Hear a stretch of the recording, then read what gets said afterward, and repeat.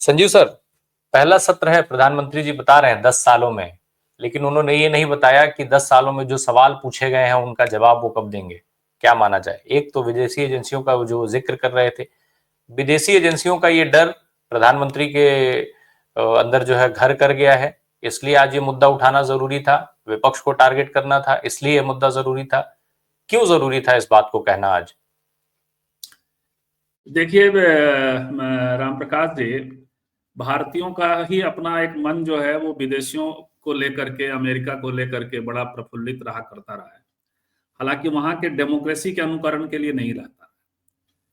एक बात जरूर हो गया कि अब उस डेमोक्रेसी में अब एक नई व्यवस्था हो गई कि मोदी जी जैसे उधर ट्रंप जी भी हैं, पिछली बार भी थे, इस बार भी हैं, और वो मोदी जी के अनुकूल नहीं है। इस बार बहुत कुछ ट्रंप साहब ऐसा करने जा रहे हैं, कर रहे हैं, जिससे कि मोदी जी को संकट है। लेकिन सबसे बड़ी बात है कि विदेश से मुहर चाहिए किसको? ये क्यों होता है भाई? 2019 में जब स्थिति खराब हुई तो विदेश नहीं, पड़ोसी विदेश नहीं तो आपकी मदद की। ये जो कुछ भी हुआ, क्या हुआ, कैसे हुआ, पुलवामा का प्रसंग, कैसे बाद में देवेंद्र सिंह पकड़ा गया, क्या कैसे वो आरडीएक्स की कथा, और क्या कैसे वो कुछ कथित आतंकवादियों को ये करते हुए, साथ में ले जाते हुए, और पकड़ने के बाद उसका बयान, वो सब सामने आया कि सर आपको नहीं पता है कि मैं क्या कर रहा हूं। कोई उस पर देशद्रोह का मुकदमा नहीं, बच्चों पे तो आप देशद्रोह के मुकदमे लगाते हैं। तो ये सब है। तो यानी कौन किसकी मदद कर रहा है? निरंतर तो मदद करने वाले 3-4 देश तो आपके बगल में ही है। बांग्लादेश आपके लिए परमानेंट है, अब आप उसकी बात करते ही हैं। हर चुनाव में कौन विदेश को लेकर के आता है? झारखंड के चुनाव में, दिल्ली के चुनाव में, ये जो रोहिंग्या है, यानी बर्मा से लेकर बांग्लादेश तक तो आपके मददगार हैं। कौन देखता है? आपका जब वीजा रोका जा रहा था, आपने पूरे विदेशों में बाजप्ता प्लैंड स्पॉन्सर्ड मोदी मोदी करवाया, तो कौन करवा रहा था? और फिर उसके बाद उद्धरण भी आपके पास, आपके लोगों के पास वही होता है कि वहां मोदी जी मोदी जी मोदी जी हो रहा है। तो भाई जो जो यदि दुनिया आज एक ग्लोबल गांव है, यदि मान लिया जैसे पिछली बार भी पेगासस का क्या हुआ था, पेगासस में भारत से एक्सप्रेस समूह उसका एक मेंबर था और वायर था शायद। इसके अलावा एक दुनिया भर के पत्रकारों का एक, और एक इंडिपेंडेंट मीडिया हाउसेज का एक कोलिशन के साथ काम हुआ था। भाई लोग मिलकर काम करते हैं, उसमें विदेशों का क्या प्रसंग है? एनराम ने यदि बोफोर्स को सामने लाया था, तो उन्हीं एनराम ने पेगासस पर काम कर लिया। तो ये दरअसल देखिए होता क्या है। अब विदेश तो छोड़िए, मेरा तो एक दूसरा सवाल है कि लगता है मोदी जी देश की चिंगारी से ध्यान हटाने के लिए विदेश की बात कर रहे हैं।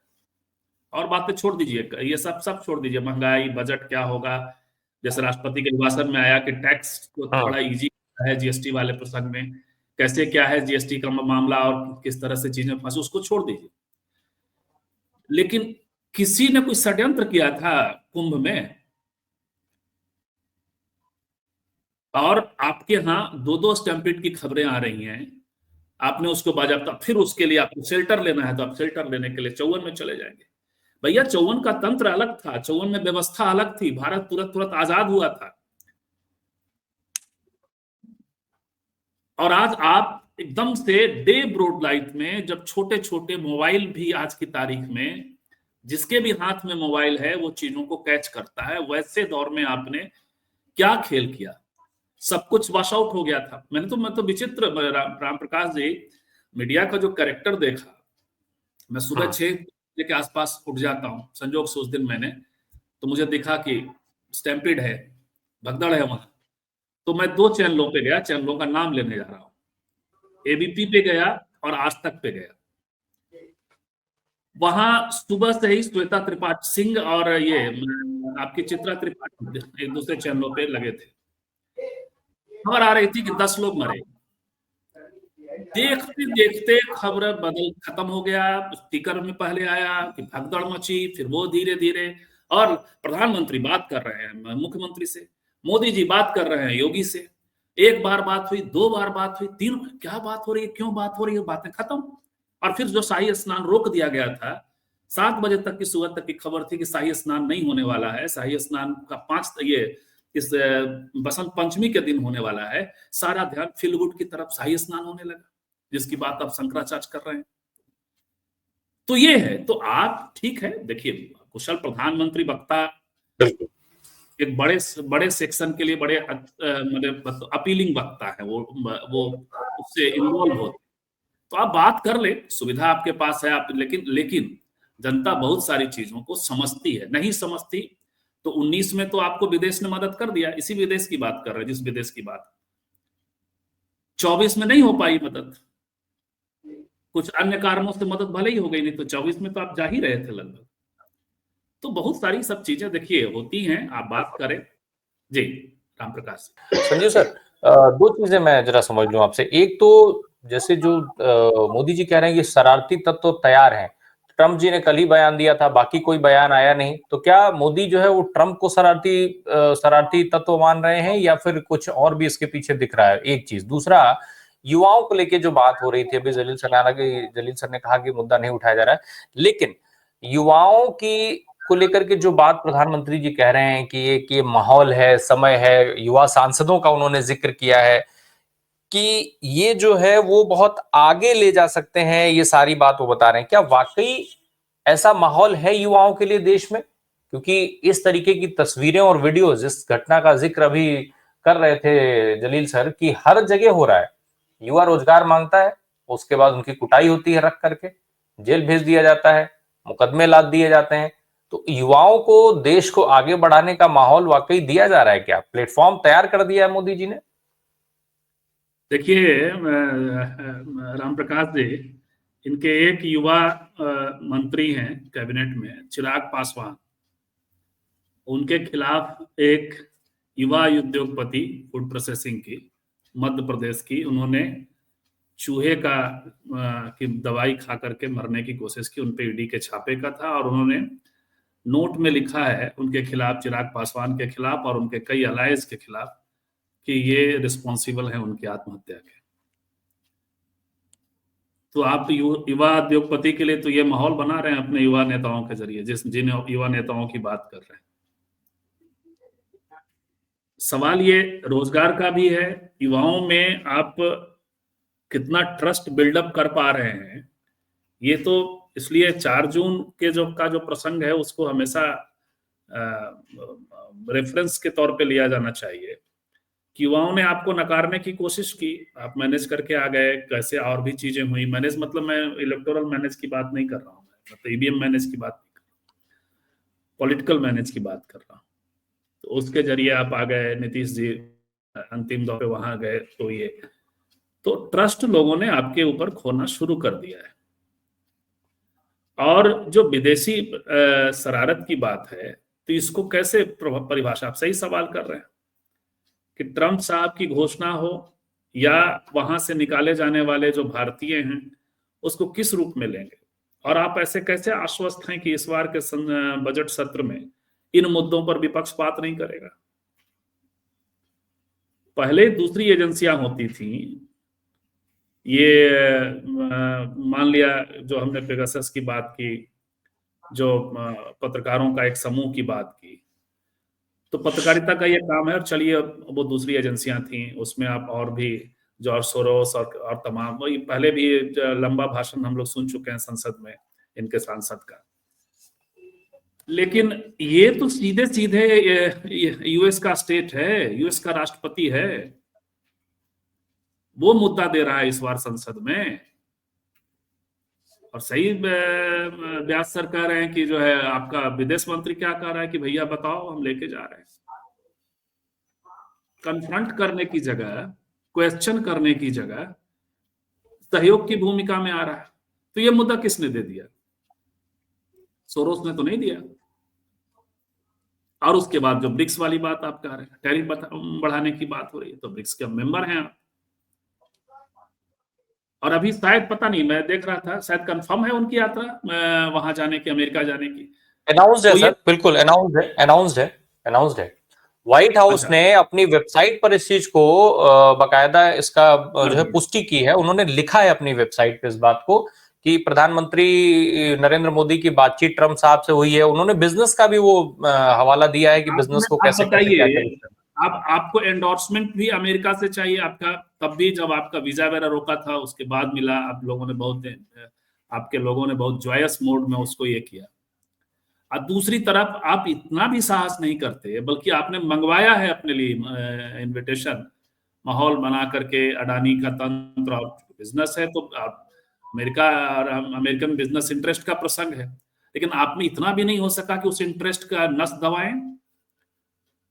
आप बात करें कि जिन लोगों को आप बाहर करने की बात कर रहे हैं, या वीजा के जो रूल्स हैं या नागरिकता का जो कानून है उसमें जो आप बदलाव करने की कोशिश कर रहे हैं, वो भारतीय हितों से टकरा रहा है, भारतीयों के हितों से टकरा रहा है।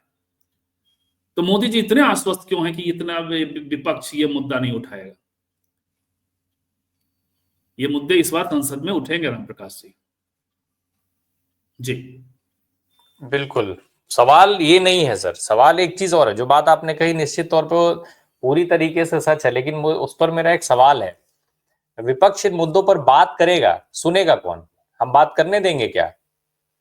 मोदी जी मोदी जी की सरकार ये सब बात करने देंगे क्या? ये एक बड़ा सवाल नहीं है अपने आप में? नहीं, वो तो देखिए, संसद को लेकर के हम लोग कई बार बात करते रहे हैं, राज्यसभा और लोकसभा दोनों को ही। राज्यसभा को कुछ ज्यादा ही, राज्यसभा अब बस एक ही व्यक्ति बोलता है, और वही वही बस वो उपराष्ट्रपति का जो प्रसंग है जो आज उनके जरिए। अच्छा, मुझे ये भी बात समझ में नहीं आ रही है, पता नहीं एक्सपर्ट्स बताएंगे संसदीय, कि ये क्या हो रहा है कि चुनाव अभी है और आप दिल्ली को लेकर के घोषणाएं आप उसको ब्लॉक नहीं कर रहे हैं, मिनिमम दिल्ली को लेकर के। और क्या बजट 1 तारीख से 5 तारीख नहीं हो सकता था, 6 तारीख, ये मुझे नहीं पता, लेकिन कम से कम दिल्ली को लेकर घोषणाओं को तो रोका जा सकता था। ये पता नहीं क्या होगा, क्या इसका अभी इम्पैक्ट अभी फैक्टर है। अभी अभी जयनारायण सर ले, से इस पर बात की जाएगी। जी। लेकिन लेकिन विपक्ष इसको उठाने की कोशिश तो करेगा। जो इसका अमेरिकन ये मतलब वीजा का मामला, नागरिकता का मामला, वहां से निकाले जा रहे भारतीयों का मामला, ये सारे मुद्दे उठेंगे। नहीं उठाए जाने तो संसद की तो पूरी प्रक्रिया हम आप देख रहे हैं लगातार डिटेरियोरेशन की तरफ।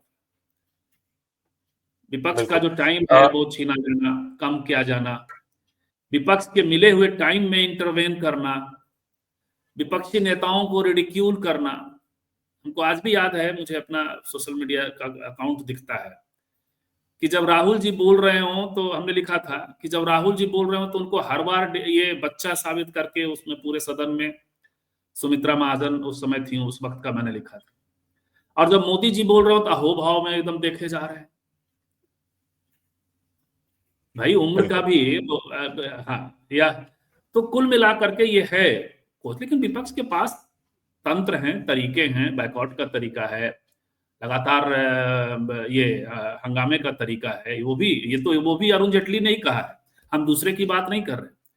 वो खुद ही कह रहे हैं कि बायकॉट जो है, संसद में हंगामा जो है, वो विपक्ष का हथियार है। विपक्ष बात कैसे करेगा?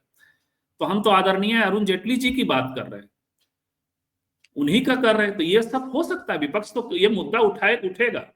ये राम प्रकाश जी आश्वस्त रहे हैं। और इस बार की जो शरारत है वो ट्रंप, इनके प्रिय मित्र, ने कर दिया है।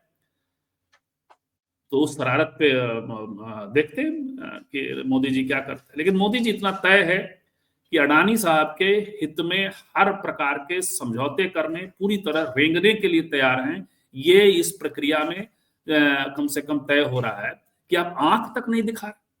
आप कल्पना जी। करिए उस इंदिरा गांधी का, जिसने निक्सन ने उनको इंसल्ट करने की कोशिश की, आधा घंटा वेट कराया, तो इंदिरा गांधी ने तुरंत इमीडिएट उसका रिस्पॉन्स दे दिया था। हाँ हाँ हाँ। और एक राष्ट्रपति ने उनकी थोड़ा सा आउट ऑफ द वे प्रशंसा करने की कोशिश की, लुसिड टॉक करने की कोशिश की, तो इमीडिएट रिस्पॉन्स मिल गया था।